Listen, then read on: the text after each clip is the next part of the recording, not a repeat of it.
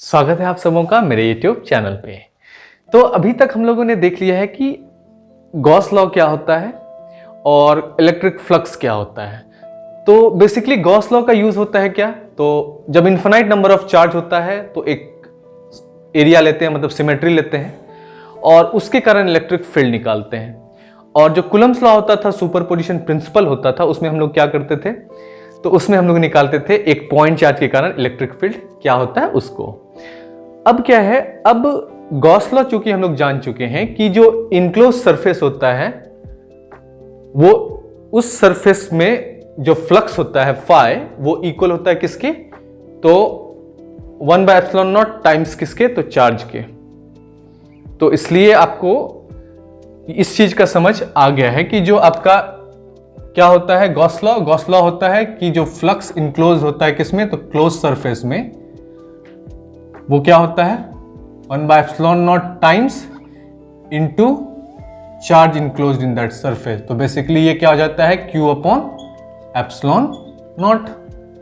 ठीक है, और एग्जैक्टली यही फ्लक्स जो है इसको जब एक नॉन यूनिफॉर्म एरिया लिया था तो क्या हो जाता है ये E/ds, और क्लोज लूप में होता है तो इसलिए इसमें क्लोज इंटीग्रेशन देते हैं और ये हो जाता है Q/ε0। यहां तक अभी हम लोग समझ चुके हैं। अब आते हैं, बात करते हैं गॉस लॉ के एप्लीकेशंस के बारे में। और गॉस लॉ का बेसिकली 3 एप्लीकेशंस होता है। पहला आपका होता है क्या, electric field due to uniformly charge infinite wire. फिर होता है electric field due to infinite charge plane sheet या फिर प्लेन सरफेस।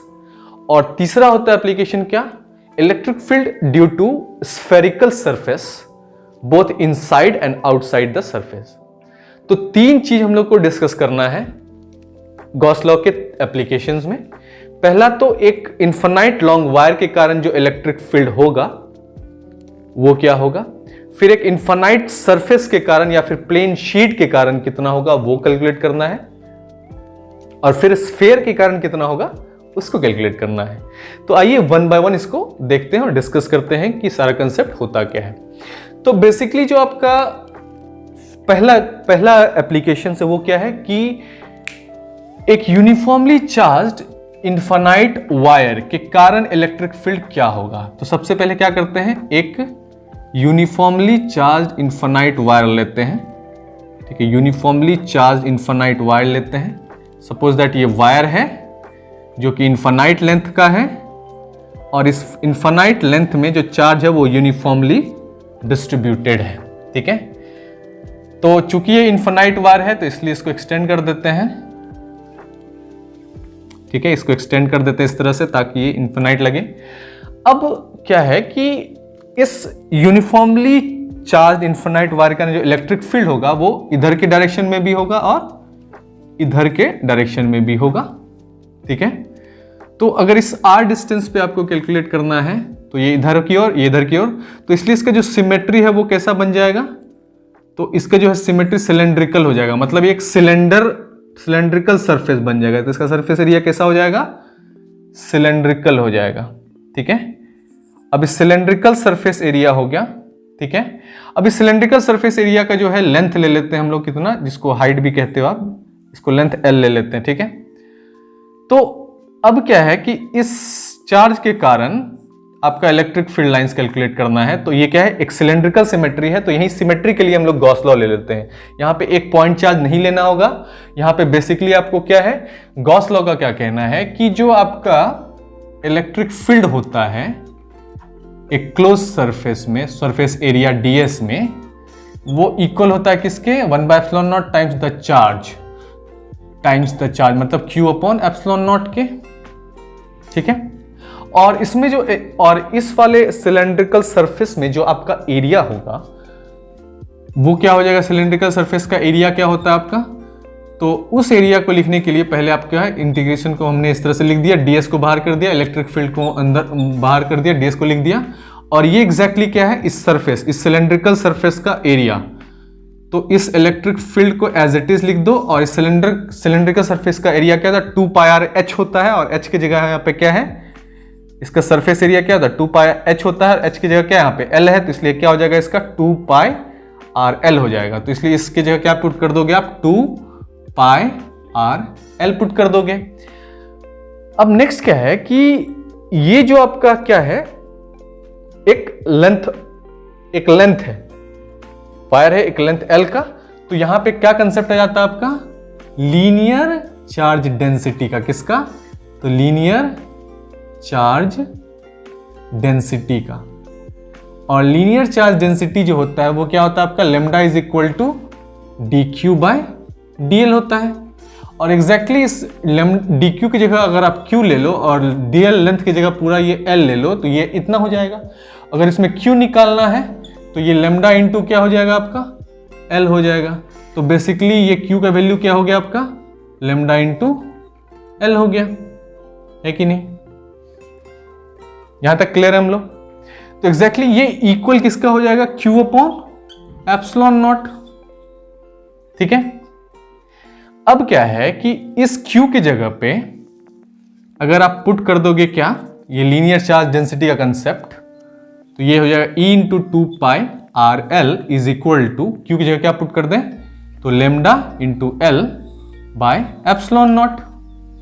अब ये पूरा 2 पाई आर एल किधर डिनोमिनेटर पार्ट में लेके चले जाएंगे तो ये इलेक्ट्रिक फील्ड E का वैल्यू क्या हो जाएगा आपका, तो ये हो जाएगा lambda l upon 2 pi r L epsilon not, जिसमें आपका क्या है ये L कैंसिल हो जाएगा और जो इलेक्ट्रिक फील्ड E होता है इसका वैल्यू क्या हो जाएगा, तो ये हो जाएगा lambda upon 2 pi r epsilon not.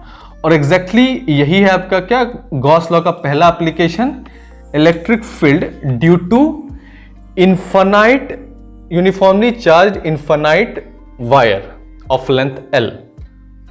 ठीक है, तो अगर एक इनफाइनाइट वायर ले लिया जाएगा, उस इनफाइनाइट वायर के कारण जो इलेक्ट्रिक फील्ड होगा वो क्या होगा, तो lambda upon 2 pi r epsilon naught. और ये है आपका गॉस लॉ का पहला एप्लीकेशन।